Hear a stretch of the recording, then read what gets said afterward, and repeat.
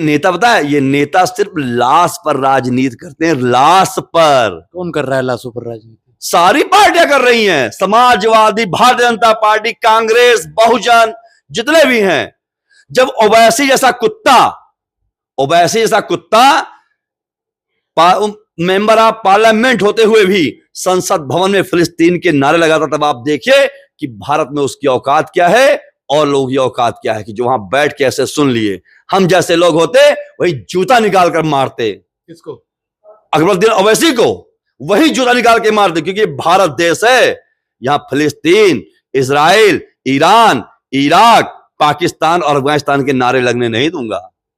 हाँ, क्या कुछ करने वाले हैं आप के दिल में जब आपने घटना कल सुनी? क्या कुछ बीती? कह तो रहे हैं। चलिए, ये दलाल राजनेता जो कुर्सी के हैं, ये ना जा पाए, हम लोगों को छूट दे दी जाए। भैया हर जगह AK-47 दी जाती है, लाइए हम लोगों को भी दीजिए।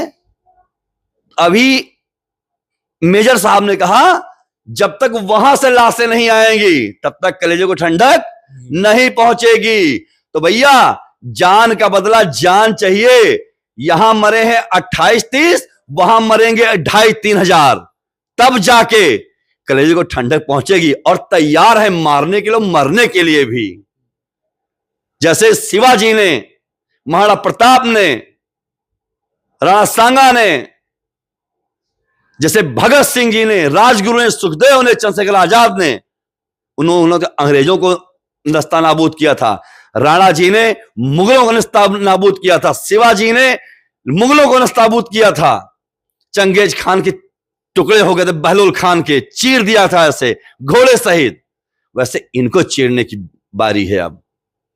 और ये 57 देंगे, 57 दिए तो थे पुलवामा अटैक में। कितना जमीन ले आए, कितनी जमीन लेकर आए। इस आतंकवादी हमले के पीछे किसका हाथ है? किसका हाथ है? टोटल सरकार का हाथ है। इतनी खुफिया एजेंसी आपके यहां है, रॉ है, आपके यहां इतने इंटेलिजेंस ब्यूरो हैं, इतने लोग काम करते हैं। भैया कैसे हमला हुआ? यानी खुलेआम दोपहर का समय।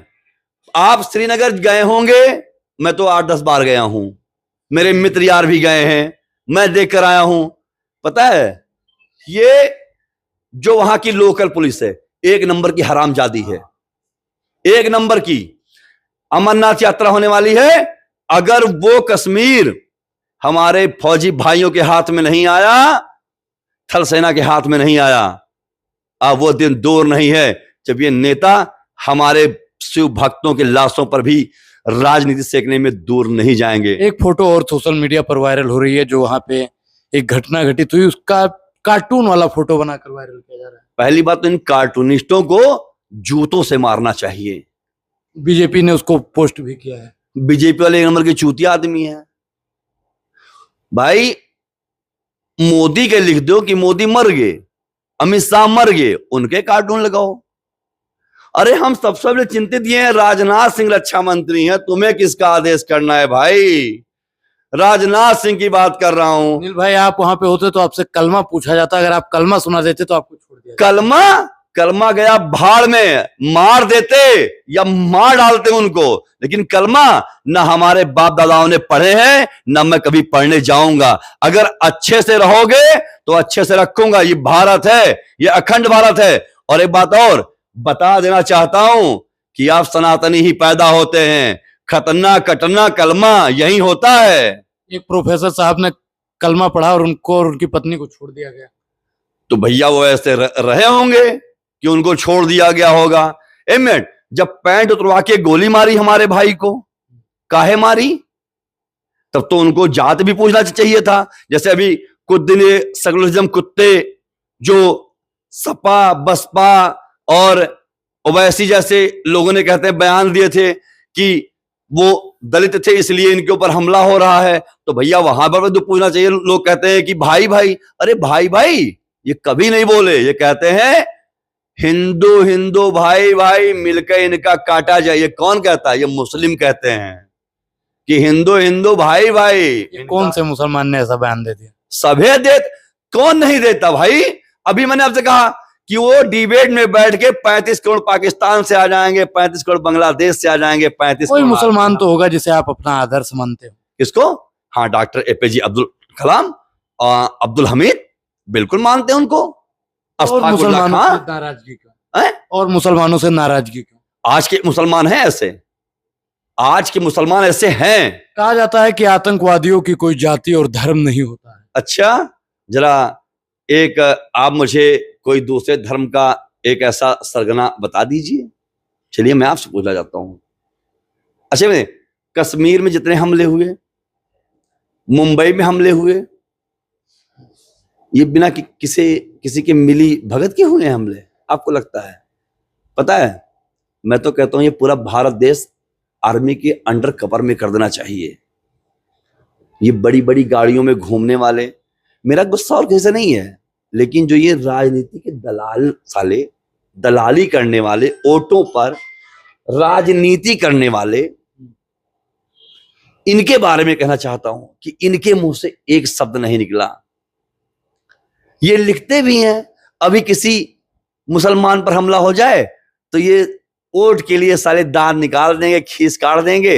अल्पसंख्यकों के ऊपर हमला हुआ, अरे भाई तो हम क्या किसी से बरगलाए हुए आए हैं का? अगर वहां पे मुसलमान मारे जाते हिंदू की जगह, तो सरकारें क्या करती और राजनीतिक लोग क्या करते? सरकारें अब तक गोदी में उठा लेती, अब तक गोदी में उठा लेती। किसी ने यह भी कहा कि रोड पर नमाज पढ़ना बंद हो गया तो इसलिए कहते हैं कि हत्याएं होने लगी। तो भैया ये बताइए, क्या हम लोग हनुमान चालीसा, रामचरितमानस रोड पर नहीं पढ़ते हैं तो क्या हम सनातनी नहीं है? क्या हम हिंदू नहीं हैं? इनका इस्लाम ये कहता है, इस्लाम में जे सबसे बड़ा मौलवी हो, जे काजी हो, ते आवे और कलमा तो दिखावे कि रोड पर नमाज पढ़ना अलाउ है। फिर नमाज कहीं भी अदा की जा सकती है। कौन चीज? नमाज कहीं भी अदा की जा अच्छा, यानी ये स्टेशन रोड है, आने जाने वालों को दिक्कत हो, आप रोड पर आइए और नमाज अदा करिए। यही तो भैया, जब तू अगवा खोदे हो गढ़ावा तो पिछवा तो खोदे जाए ना।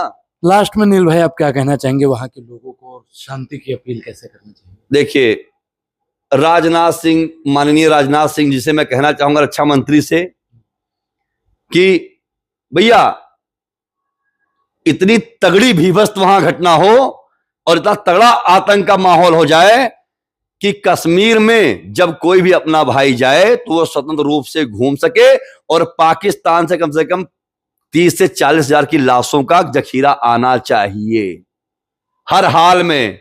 डल झील अगर हरी से लाल भी हो जाए तो कोई दिक्कत नहीं है। रामबन में हिम स्खलन होता है, उसमें उनको दबा दिया जाए तो भी कोई दिक्कत नहीं होनी चाहिए। लेकिन अब इस आतंकवाद की जड़ को हर हाल में खत्म करना चाहिए, मिटना चाहिए, और जो इसके पीछे हैं उनको भी खत्म करना चाहिए। ये नहीं बैठ के वार्ता होगी, जुगाड़ किया जाएगा, ये किया जाएगा। अब सीधा करारा जवाब देना चाहिए। और अगर तुम्हारे लोग की बस की बात नहीं है तो चलिए आर्मी को फुली छूट दीजिए कि तुरंत शूट एंड साइड का ऑर्डर जो बोले। और ये कह जाता हूं कश्मीरी नागरिकों को कि आप लोग सुधर जाओ, और सुधरोगे नहीं तो सीधा ऊपर जाओगे 72 हूरों के पास में। और हां, गोंडा में जितने कश्मीरी हैं, चाहे वो कैटर्स का काम करते हैं, कपड़ी का काम करते हैं, फेरी का काम करते हैं, अगर कहीं दिख गए तो मैं मारूंगा, मैं। और जिसको मुकदमा लिखना होगा, और ये जितने कैटर्स वाले हैं इनसे कह रहा हूं, इन कश्मीरियों को यहां से भगा दो, इनको बेटर के रूप में रखना मत तुम।